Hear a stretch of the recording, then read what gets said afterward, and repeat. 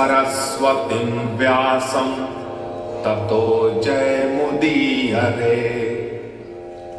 जिस युग का वर्णन इस कृति में है उसके विषय में विष्णु पुराण में कहा है, उस भविष्य में धर्म अर्थ ह्रासोन्मुख होंगे, क्षय होगा धीरे धीरे सारी धरती का।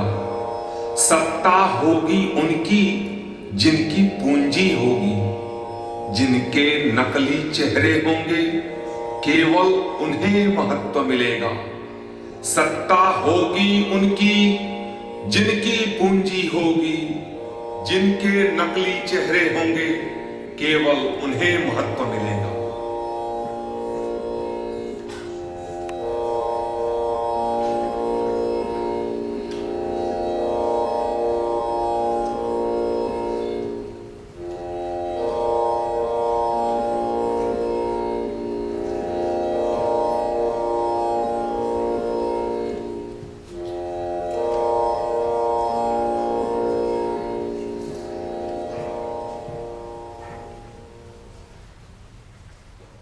थके हुए हैं हम, पर घूम घूम पहरा देते हैं इन सूने गलियारों में। हाँ, इन सूने गलियारे में जिनके इन रत्न जड़ित फर्शों पर कौरव वधुएं मंथर मंथर गति से सुरभित पवन तरंगों सी चलती थी, आज वो विधवा हैं।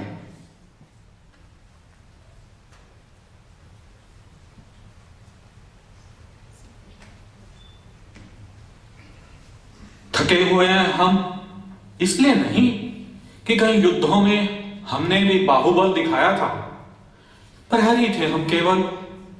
17 दिनों के इस लोम हर्षक संग्राम में तलवारें हमारी ये, ढालें हमारी ये निरर्थक पड़ी रही, अंगों पर बोझ बनी। रक्षक थे हम केवल, लेकिन रक्षणीय कुछ भी तो नहीं था यहां। हाँ, रक्षणीय कुछ भी नहीं था यहाँ। संस्कृति थी यह भी एक बूढ़े और अंधे की, जिसकी संतानों ने महायुद्ध घोषित किए, जिसके अंधेपन में मर्यादा गलित अंग वेश्या सी प्रजाजनों को भी रोगी बनाती फिरी। उस अंधी संस्कृति, उस रोगी मर्यादा की रक्षा हम करते रहे 17 दिन।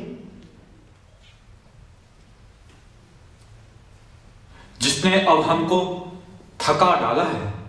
मेहनत हमारी निरर्थक थी। आस्था का, साहस का, श्रम का, अस्तित्व का हमारे कुछ भी अर्थ नहीं था। कुछ भी अर्थ नहीं था। अर्थ नहीं था, हाँ, कुछ भी अर्थ नहीं था।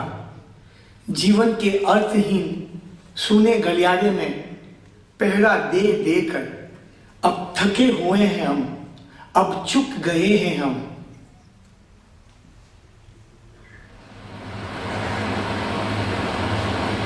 सुनते हो कैसी भयानक ध्वनि है? सहसा अंधेरा क्यों होने लगा? देखो, दिख रहा है कुछ। अंधे राजा की प्रजा कहां तक देखे, दिख नहीं पड़ता कुछ। हाँ, शायद बादल हैं। बादल? बादल नहीं है, वे गिद्ध हैं, लाखों करोड़ों पांखें खोले। लो, सारी कौरव नगरी का आसमान गिद्धों ने घेर लिया। झुक जाओ, झुक जाओ, ढालों के नीचे छुप जाओ।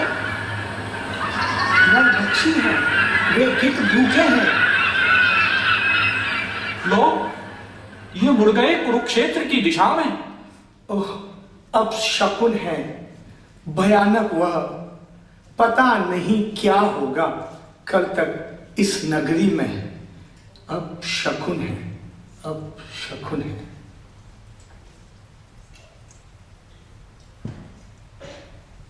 है कुरुक्षेत्र से कुछ भी खबर न आई, जीता या हारा बचा बुचा कौरव दल। है कुरुक्षेत्र से कुछ भी खबर न आई, जीता या हारा बचा कुचा कौरव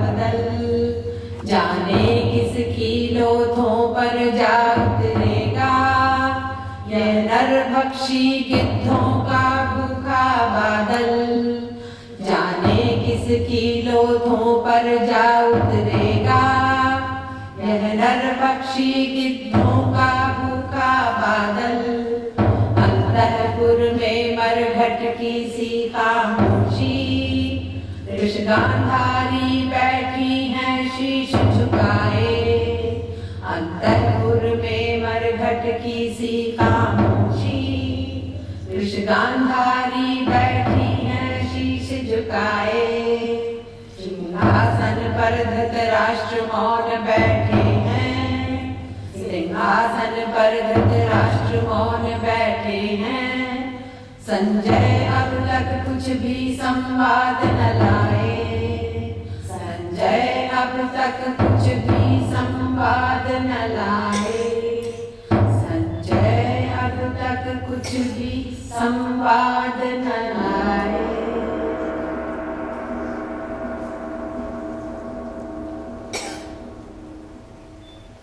कौन? संजय? नहीं, विदुर हूं महाराज। विवादा सारा नगर आज अपलक नेत्रों से कर रहे हैं प्रतीक्षा संजय की। महाराज चुप कहाँ हैं इतने आप? माता गांधारी भी मौन है। विदुर, जीवन में प्रथम बार आज मुझे आशंका व्यापी है। आशंका आपको जो व्यापी है आज, वे वर्षों पहले हिला गई थी सबको। पहले? पर कभी भी तुमने यह नहीं कहा।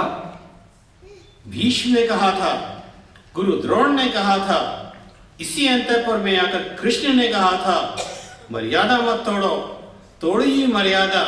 कुचले हुए अजगर सी गुंजलिका में कौरव वंश को लपेटकर सूखी लकड़ी सा तोड़ डालेगी। समझ नहीं सकते हो विदुर तुम, मैं था जन्मांध, कैसे कर सकता था ग्रहण में बाहरी यथार्थ या सामाजिक मर्यादा को। जैसे संसार को किया था ग्रहण अपने अंधेपन के बावजूद। पर वह संसार स्वतः अपने अंधेपन से उपजा था। मैंने अपने ही वैयक्तिक संवेदन से जो जाना था, केवल उतना ही था मेरे लिए वस्तु जगत। कौरव जो मेरी मांसलता से उपजे थे, वे ही थे अंतिम सत्य। उनके प्रति मेरी ममता ही वहां नीति थी, मर्यादा थी। पहले ही दिन से, किंतु आपका वह अंतिम सत्य होने लगा था सिर्फ झूठा और शक्तिहीन। पिछले 17 दिन से एक एक कर पूरे वंश के विनाश का संवाद आप सुनते रहे। मेरे लिए वे संवाद सब निरर्थक थे। मैं हूं जन्मांध, केवल सुन ही तो सकता हूं। संजय के शब्दों से बनते हैं जो आकार चित्र, उनसे मैं अब तक अपरिचित हूं। कल्पित कर सकता नहीं कैसे और दुशासन की छाती से रक्त उबल रहा होगा, कैसे क्रूर भीम ने अंजुलि में धार उसे ओंठ तर किए होंगे। महाराज मत दोहराए, मैं सह नहीं पाऊंगी। मैं आज मुझे ज्ञान हुआ, मेरी वैयक्तिक सीमाओं के बाहर भी सत्य हुआ करता है। यह जो पीड़ा ने, पराजय ने दिया है ज्ञान, दृढ़ता ही देगा वह। किंतु इस ज्ञान ने भय ही दिया है विदुर। भय है तो ज्ञान है अधूरा अभी। प्रभु ने कहा था, वह ज्ञान जो समर्पित नहीं है अधूरा है। मनोबुद्धि तुम अर्पित कर दो मुझे, भय से मुक्त होकर तुम प्राप्त मुझे होगे, इसमें संदेह नहीं। इसमें संदेह है, और किसी को मत हो पर मुझको है। अर्पित कर दो मुझको मनोबुद्धि, उसने कहा है ये, जिसने पितामह के बाणों से आहत होकर अपनी सारी ही मनोबुद्धि खो दी थी। उसने कहा है ये, जिसने मर्यादा को तोड़ा है बार बार।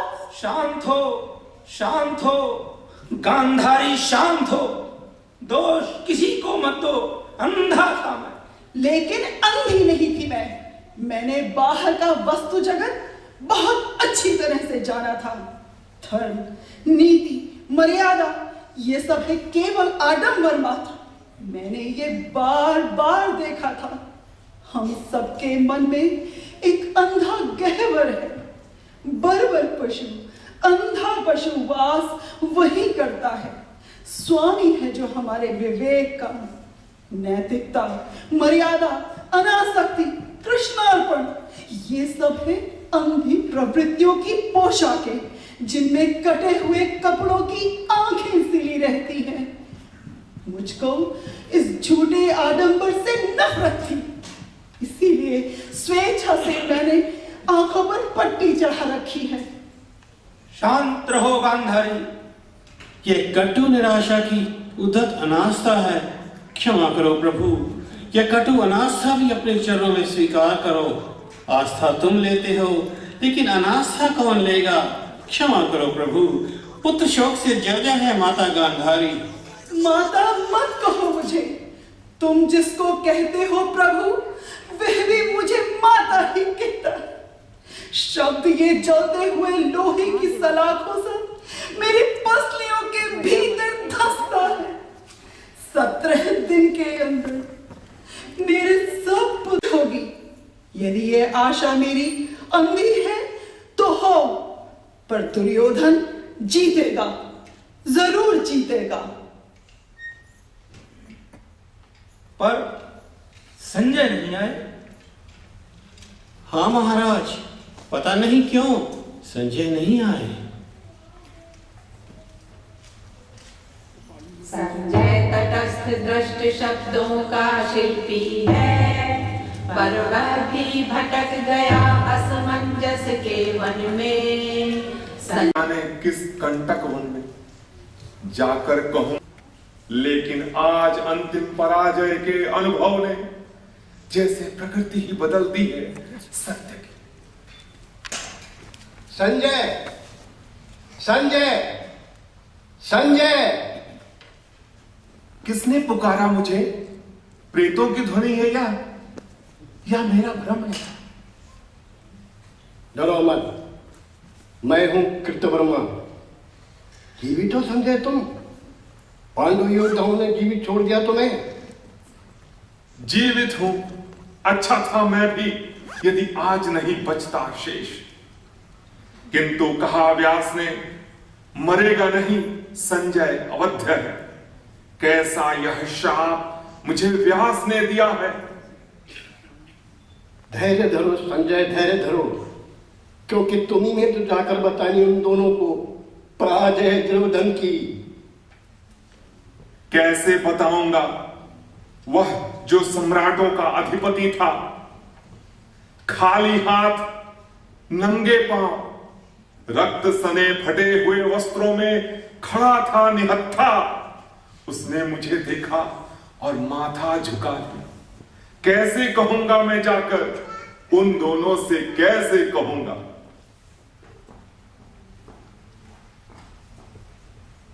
चला गया संजय भी।